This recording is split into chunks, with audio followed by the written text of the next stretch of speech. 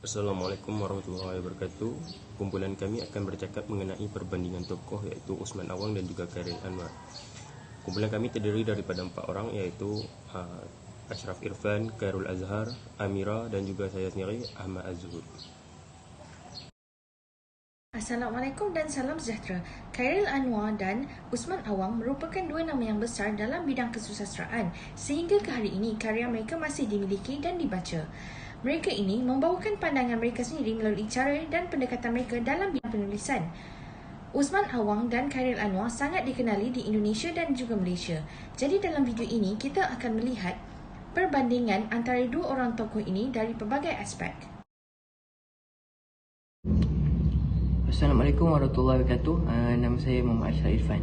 So saya akan teruskan penerangan berkenaan dengan latar belakang antara dua tokoh iaitu Usman Awang dengan Khairil Anwar.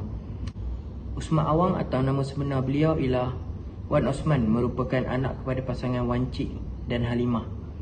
Wan Osman lahir pada tahun 1929 di Kampung Tanjung Lembu atau nama asalnya Sedili yang terletak di Kota Tinggi Johor.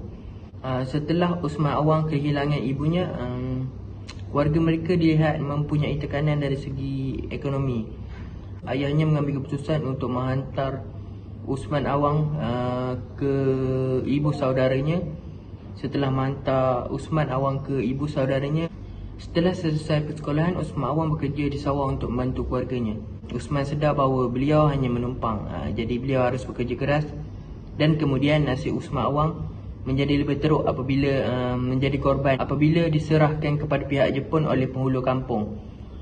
Di sini dilihat bahawa kekejaman oleh penghulu kampung itu yang menyerahkan seorang anak yatim kepada pihak Jepun untuk menjadi kuli ataupun anak buah kepada Jepun.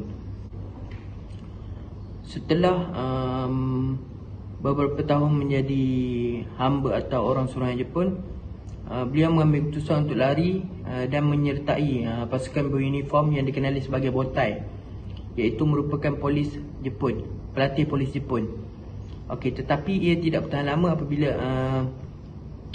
disuruh pulang kerana Jepun telah menyerah kalah. Usman kembali menjadi anggota polis apabila Inggeris memerintah semula pada tahun 1946. Beliau menjalani latihan di Johor Bahru sebelum menjalankan tugasnya di Melaka. Setelah itu pada tahun 1951 beliau berhenti dan berhijrah ke Singapura dan bekerja sebagai pembaca proof dengan Melayu Raya selama 6 bulan sebelum menjadi pemberita. Sesudah itu beliau bekerja di Mingguan Melayu sebagai sidang pengarang. Pada tahun 1952 Usman Awang mendapat tawaran bekerja di Utusan Melayu sebagai sidang pengarang akhbar utusan kanak-kanak.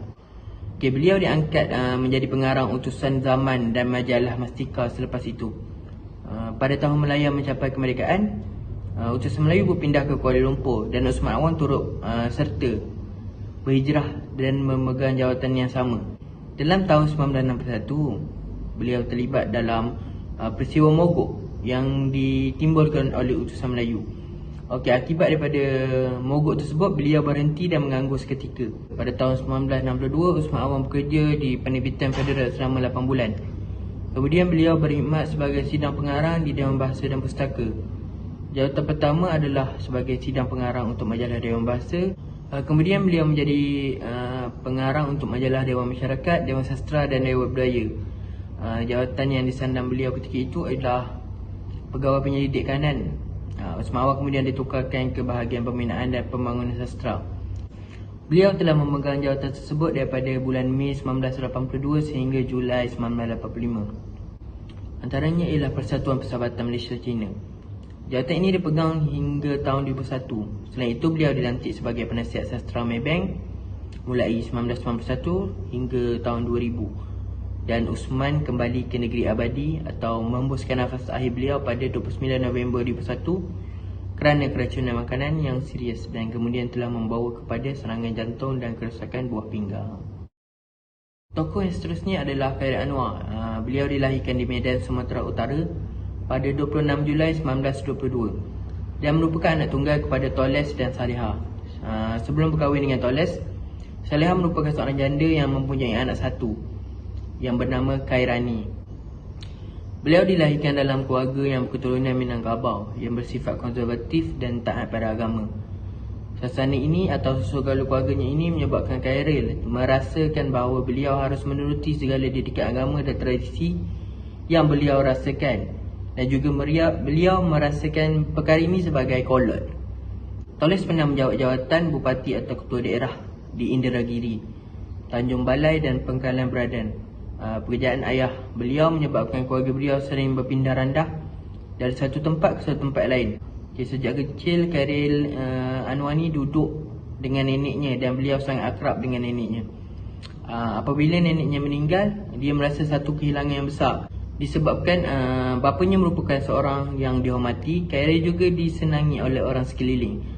Beliau pandai berkata-kata dan pintar sehingga dirasakan bahawa semua orang menyenangi beliau dan beliau tidak pernah merasa kekurangan dari segi apa pun. Pada suatu masa, kedua ibu bapa Khairil ni bercerai dan kemudian ayahnya berkahwin lagi. Setelah itu, beliau mengikuti ibunya berpindah ke Jakarta. Ayahnya sangat mementingkan pembelajaran anak-anak dan ayahnya bertegas supaya Khairil bersekolah, dan ayahnya akan menghantar wang belanja bagi membiayai persekolahan Khairil Anwar. Jika Khairil Anwar tidak mahu bersekolah, ayahnya tidak akan menghantar wang belanja untuknya.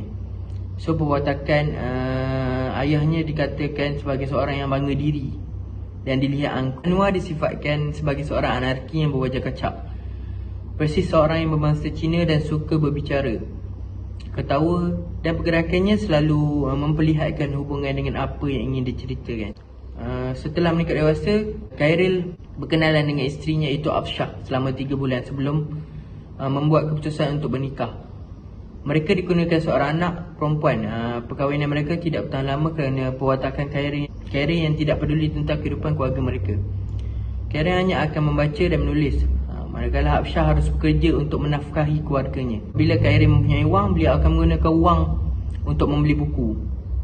Beliau lebih mementingkan pembacaan dan pembelian ke arah buku. Mereka kemudian berpisah. Setelah bercerai daripada Afsyah, kesihatan Khairil mula merosot. Kesihatannya yang menjadi kurang baik telah mengubah perwatakannya menjadi seorang yang suka marah-marah, malas sehingga tak mandi. Apabila perkara ini berlaku, rakan-rakan beliau membantu untuk menguruskan dan menjaga Khairil Anwar ketika sakit. Dan mereka mengutuskan surat untuk ibu Khairil agar diusahakan untuk membawa Khairil ke Medan untuk berubat. Namun belum sempat mereka usahakan, pada 28 April 1949 Khairil Anwar telah kembali ke rahmatullah atau telah meninggal dunia pada umur beliau 27 tahun. Selepas beberapa bulan Khairil Anwar meninggal dunia, barulah dapat didapati bahawa beliau telah mengidap beberapa penyakit yang serius, iaitu melibatkan paru-paru, usus dan jangkitan darah kotor.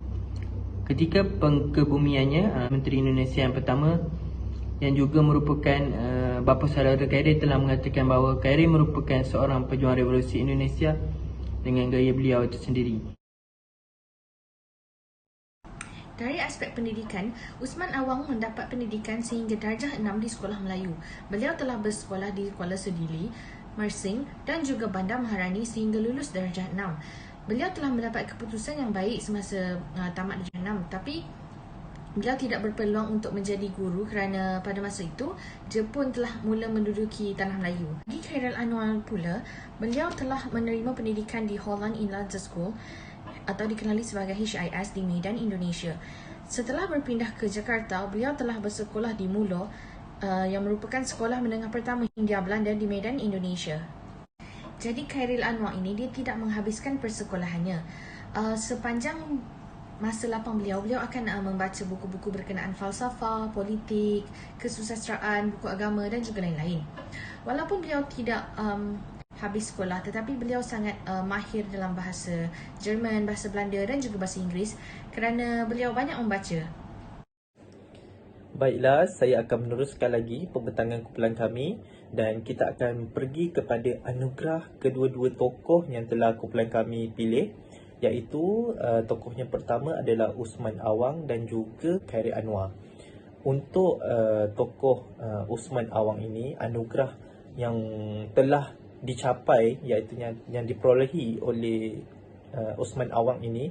Yang pertama adalah Anugerah Pejuang Sastera, dan pada tahun 1976 Perdana Menteri kita pada ketika itu telah memberikan anugerah ini kepada Osman Awang di atas sumbangan beliau dalam perkembangan sastera di Malaysia. Dan seterusnya, anugerah yang kedua yang telah diperolehi oleh Osman Awang adalah Anugerah Sea Right Award. Anugerah Sea Award Right Award ini telah pun berlangsung di Thailand, di Bangkok, dan ianya melibatkan negara-negara di Asia Tenggara yang terdiri daripada Malaysia, Indonesia, Singapura, Thailand dan sebagainya. Seterusnya, anugerah yang telah didapati oleh Osman Awang adalah Anugerah Sastrawan Negara. Anugerah Sastrawan Negara pada tahun 1983. Seperti yang sedia maklum, Anugerah Sastrawan Negara ini merupakan anugerah yang sangat besar oleh sastrawan-sastrawan di negara kita. Dan yang seterusnya adalah Anugerah Seniman Agung daripada Utusan Malaysia pada tahun 1999. Dan anugerah seterusnya yang telah diperolehi oleh Osman Awang adalah pada tahun 1985, beliau telah memperolehi Anugerah Penulis Terkenal. Dan yang seterusnya pada tahun 1995, Osman Awang telah pun mendapat satu anugerah yang dikenali sebagai Anugerah Penyair Johor. Dan pada tahun seterusnya, anugerah yang telah diterima oleh Osman Awang adalah Anugerah Ijazah Kehormat Doktor Persuratan. Dan yang seterusnya, yang terakhir, anugerah yang telah diterima oleh beliau pada tahun 2001 iaitu Anugerah Ijazah Kehormat Persuratan UKM. Terusnya kita pergi kepada tokoh daripada luar Malaysia iaitu Khairil Anwar. Anugerah yang telah diterima oleh Khairil Anwar ni hanya dua anugerah sahaja yang beliau dapat seumur hidup beliau. Yang pertama adalah pada tahun 2006 beliau mendapat penghargaan Bagasasi Award daripada Badan Kekeluargaan Masyarakat Bekasi. Dan anugerah yang kedua yang diperolehi oleh Khairil Anwar ini adalah pada tahun 2007, di mana beliau menerima anugerah Bekasi Award juga daripada Dewan Kesenian Bekasi. Baiklah, seterusnya saya akan menceritakan mengenai dengan karya dua tokoh yang telah kami pilih, iaitu tokoh Osman Awang dan juga Khairil Anwar. Okey, untuk karya Osman Awang menulis dalam pelbagai genre seperti puisi, cerpen, novel dan juga drama. Di dalam novel pula, hanya satu sahaja yang dihasilkan oleh beliau, iaitu Tulang-Tulang Berserakan, yang ditulis di atas berdasarkan pengalaman beliau semasa menjadi polis di Melaka. Semasa menjadi polis, beliau telah pun menghasilkan dua karyanya, iaitu yang pertama yang bertajuk Selat Melaka, yang kedua adalah Bingkisan. Karya-karyanya berselindung di bawah nama ataupun beliau menggunakan nama pena seperti Tongkat Waran, Atma Jiwa, Ros Murni, Pengarang Muda, Setia Budi, UA dan Zaini. Dan antara puisi-puisi beliau yang terkenal iaitu Salam Benua, Kekasih, Pak Utih, Kemakam Bonda, Nasib Buruh, Bunga Popi, Gadis Kuburan dan Hadiah. Dan antara drama yang telah dihasilkan oleh beliau adalah drama musikal Uda dan Dara, Tamu di Bukit Keni, Malam Kemerdekaan dan Serunai Malam. Dan yang terakhir, cerpen-cerpen yang telah dihasilkan oleh beliau adalah Degupan Jantung, Betisnya Bunting Padi, Matinya Seorang Perempuan, dan yang terakhir adalah Turunnya Sebuah Bendera. Itu adalah merupakan karya Osman Awang. Terusnya, kita beralih kepada tokoh perbandingan tokoh luar Malaysia iaitu Khairil Anwar. Sepanjang hidupnya, sebanyak 96 karya termasuk puisi sama ada yang telah diterbit ataupun tidak diterbit telah pun menceritakan mengenai persoalan tentang kematian. karya Khairil Anwar yang merujuk kepada kematian seolah-olah menyedari bahawa umurnya tidak panjang. Karya beliau yang paling terkenal pada ketika itu adalah berjudul Aku. Puisi Aku ini secara keseluruhannya menceritakan mengenai dengan keberanian untuk berjuang walaupun banyak rintangan dan halangan. Perbandingan untuk pemikiran di antara Osman Awang dan juga Khairil Anwar. Pertama sekali kita pergi kepada Osman Awang. Osman Awang ni pemikirannya lebih terdidik daripada susah payah pengalaman hidup beliau. Kerana beliau dari kecil lagi hidup susah. Dari situ beliau cuba menulis puisi-puisi ataupun karya-karya beliau ni banyak menceritakan tentang pengalaman hidup beliau lah, yang mana menceritakan tentang kesusahan, kepayahan masyarakat pada masa itulah yang seiring dengan zaman beliau. Dan karya-karya beliau ni lebih akrab dengan Melayu lama, iaitu sastra Melayu lama, yang mana diberikan sedikit suntikan moden lah yang untuk sesuai dengan zaman hidup beliau. Beliau juga menjadi orang yang penting dalam mengkritik politik pada zaman itu, kerana pada zaman itu jarang lah ataupun tak ada orang yang berani menyuarakan isi hati dan untuk menegakkan kebenaran lah. Walau bagaimanapun, karya-karya beliau masih menggunakan bahasa yang lembut ataupun halus. Tidak ada unsur-unsur negatif bahasa asing lah. Seterusnya kita pergi kepada Khairil Anwar, yang mana banyak mengetengahkan persoalan perjuangan kemerdekaan, menentang penjajah, cintakan tanah air, agama dan juga kematian. Khairil Anwar ni, sastra-sastra beliau banyak menceritakan tentang itulah. Contohnya macam kemerdekaan itu ataupun cuba menanam sikap patriotik, yang mana menceritakan tentang Diponegoro ni mampu membuatkan pembaca itu membangkitkan rasa cinta akan negara ataupun untuk berjuang, semangat berjuang. Yang mana kematian pula, beliau banyak menulis tentang kematian apabila beliau jatuh sakit. Dan hujung-hujung sastra dia tu ada satu penulisan beliau menceritakan di manakah beliau akan dikebumikan. Sampai ke tahap itulah Khairil Anwar. Itu saja daripada saya.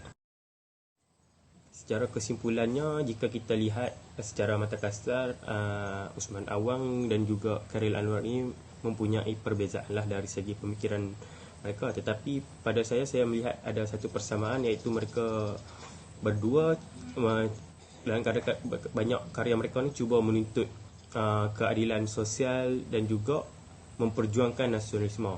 Kedua-dua sastrawan ni memainkan peranan yang penting dalam bidang kesusastraan di negara masing-masing.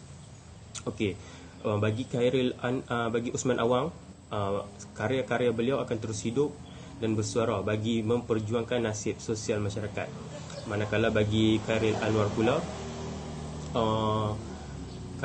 beliau telah membawa satu perubahan yang besar terhadap kesusastraan di negara Indonesia itu, selain memberikan sumbangan terhadap pembentukan negara Indonesia itu sendiri. Itu sahaja daripada saya. Sekian, terima kasih.